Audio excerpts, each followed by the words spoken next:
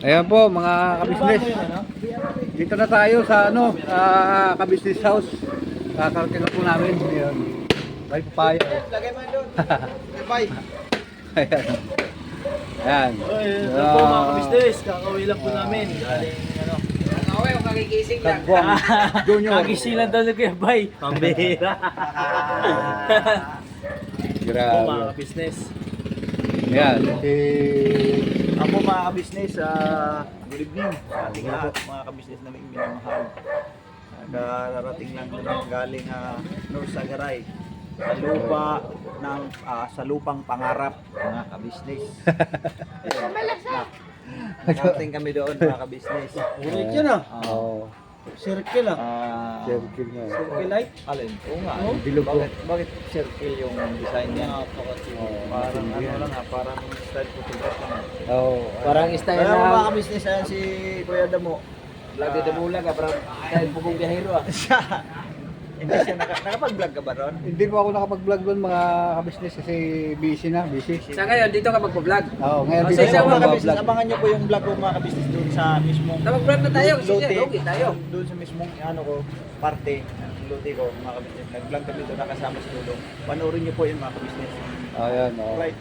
Doon, magkadikit po kami doon mga kabisnes. Sunod-sunod tayo na ano doon eh. Kadikit si Kuya Bong, kadikit Kadikit ba ito si Kuya Bong? Si Bong ang kadikit mo.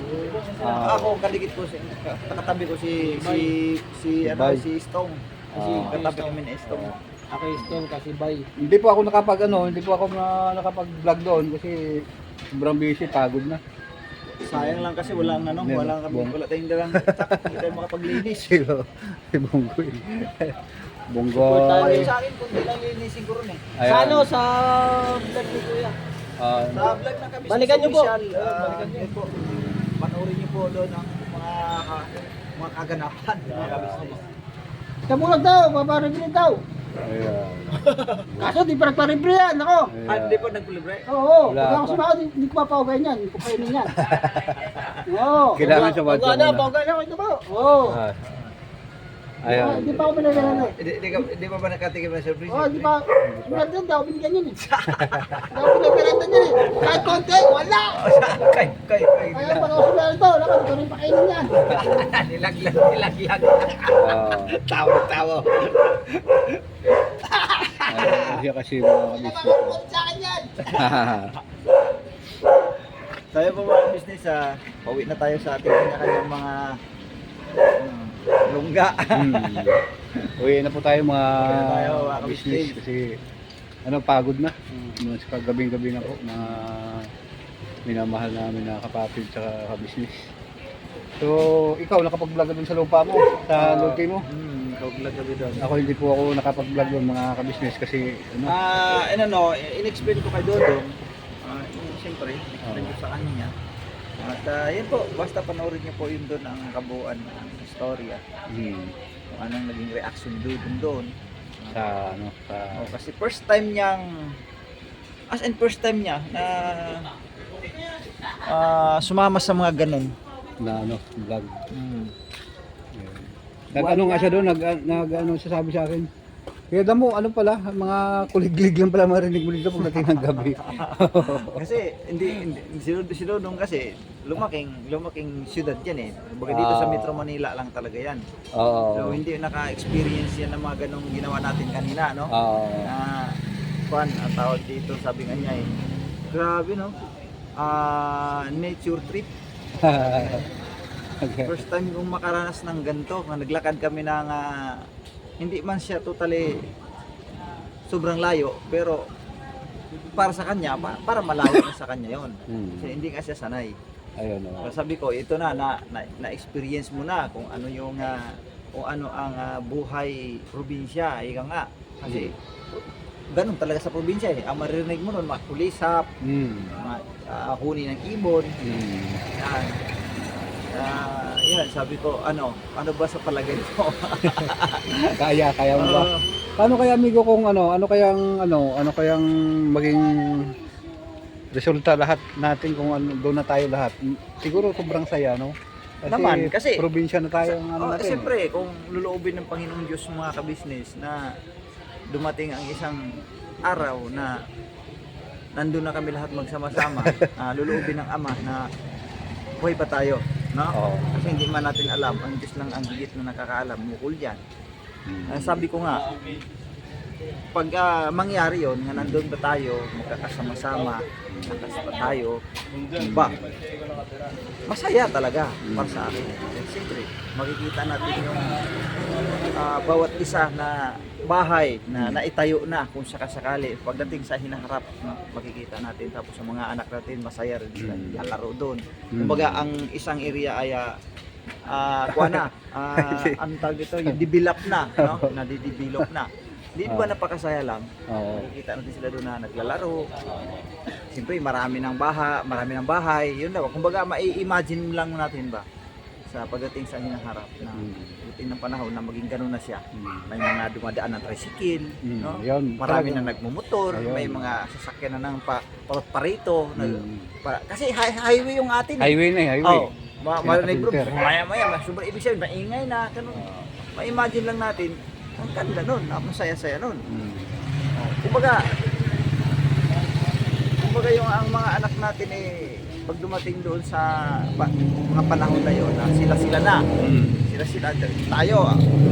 Naawang Diyos, buhay na tayo. Hanggang tingin-tingin na lang tayo kung ano yung mga pinanggagawa nila sa buhay nila, di ba?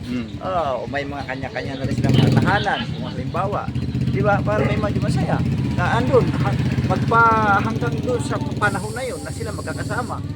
Mga anak natin. Ang saya nun, mga ka-business. Kasi dikit-dikit kami. Oo, yun. Hindi naman kami nagkahiwa-hiwalay ng kung saan-saan. Kumbaga, si Damo nandun sa kabilang, hindi ho eh. Dikit-dikit ho kami. Kaya, ang saya nun, masaya. Masaya talaga. Magkadikit po kami ni Bong, tapos si Kuya, kabisnes. Oo. Si Kuya kabisnes. Oh, yan tapos si Bong, hindi maglaon. Darating Ayan. ang isang araw na si Bong, ang mga anak niya ay naglalakad na, doon naglalaro na. Oo. Malalaki na, maaaring mga binata na. Oo. Kasi, ano na eh, malapit na si Bong ikasal eh. Masaya yun mga ka-business. Grabe po yun, Sobrang saya. sobrang Kumbaga, saya po yan. Ang imagine ko dito yung sa sunod na henerasyon, ano? Yung sa kanilang panahon na. Yung anak mo si Bibi Tinay, siguro maaaring malaki na yan, no? Doon na sila magkakasama, yun sila si Catalia, sila si Kia, sila si Yasio. Sa kanilang panahon na, makikita natin sila na mga may kanya-kanya ng mga trabaho. Paano kaya kung halimbawa na sa mga mall sila magtrabaho? Maaaring ang lugar na yan, hindi mo alam, baka madami may mga mall na dyan, may Magkakaroon ng mga, mall. yung mga ganun ba, may mga eskwelahan na, mga palengke na, kasi yun ang bilanggit ni Buswaki-Waki, na yan ang itatayo dyan sa lugar na yan. Eskwelahan, palengke, may terminal, ganun. Sa sobrang lawak at saka sa ganda ng nature. Sa ngayon talaga, makikita bukid na bukid pa sa ngayon yun. So, darating ang panahon, sabi nga, 10 years ago, hindi natin alam. Sandali lang kasi ma-develop ang isang area eh. Kita mo nga, di ba, yung pinaradahan natin ng van? Kalsado na eh.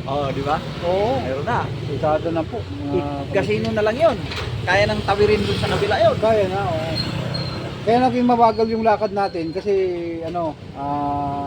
medyo maulan eh. Medyo basa. Medyo, ang iba, medyo tarik. Medyo matarik. Pero kung yun eh nga, sabi ni Kuya, kung mapantay yun, napakabilis lang na kabisnes. Kasi Di natin alam kung alin ang mas maunang masiminto yun, masimentado. Yung doon ba sa yung dating dinadaan natin na malayo o yung doon sa kabila na yun. Hindi Ayun. natin alam. Kasi yung doon sa ito nga yung bagong na-discover natin, may kalsada na.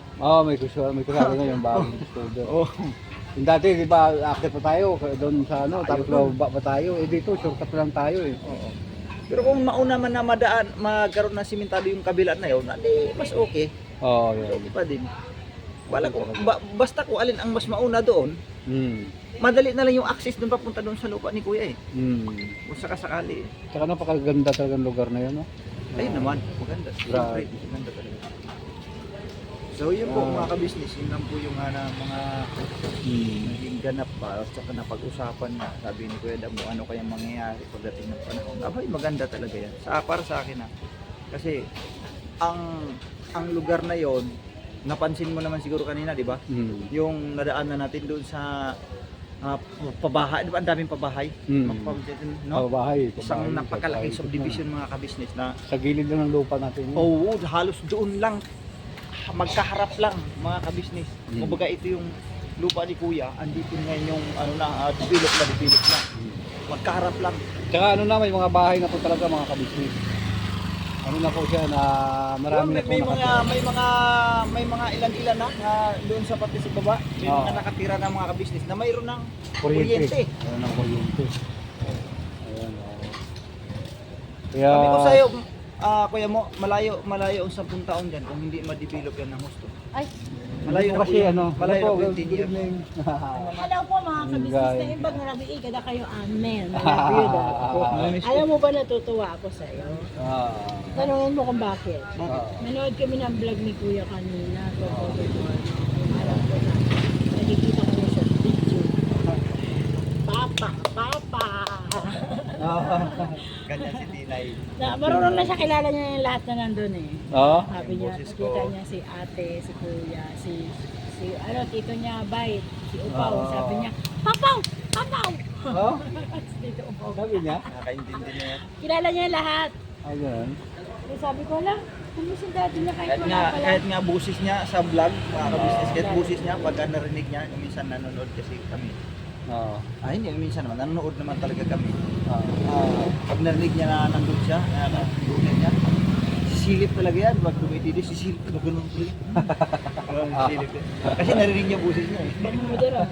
Boses niya mismo. Oo, busis niya. Pati yung mga Kabisado niya. ipagtuturo sa kanya na alam. Nakakatuwa dito si Bibi Tinay. Oo. Napag-usapan nga namin ba, nga pagdating ng panahon niya, si Bibi Tinay, maglalaro na yan doon sa lugar na yun. Nga, develop na yung isang lugar. Oo. Darating at darating. Ito muna ako mga kabsat, nagluluto po kasi ako. Hello. Good morning. Hello po, mga ka-business. May tumatawag Kuya Damo. Si Dito. Yung ano yan? Sagutin mo Yung muna, isang kahit madam, mga ka-business, ay, skip mo po muna, kayo mukhang may tumatawag na. Ayan, wala sila yan. Ikaw nang bahala dyan. Oo. Ayan po mga kapapi, mga kabisnes. Dumating na po kami dito ngayon. So, pasalamat po ako kay Kuya Ate sa binigay nila po na lupa sa akin sa pinunta namin kanina. Hindi ko lang po na-vlog kasi napagod na rin po ako mga kabisnes. Sobrang pagod na, tapos sobrang excited din kasi nagluluto.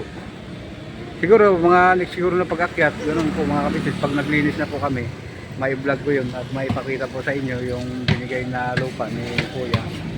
At maraming salamat po sa pagsama niyo po sa amin mga kapapi, mga kabisnes, at kay Kuya, kay Ate siyempre, pasalamat dahil sobrang blessing na binigay po nila sa akin yung sa likod ng mga pasaway-saway ko po sa kanila. Grabe talaga yung nakita ko pa rin yung pagmamahal po nila sa akin mga ka-business. At siyempre sa kay Papa din, salamat din kay Boss Dave sa pamilya ka-business ko. Bye-bye, ingat bye! Ingat bye yan.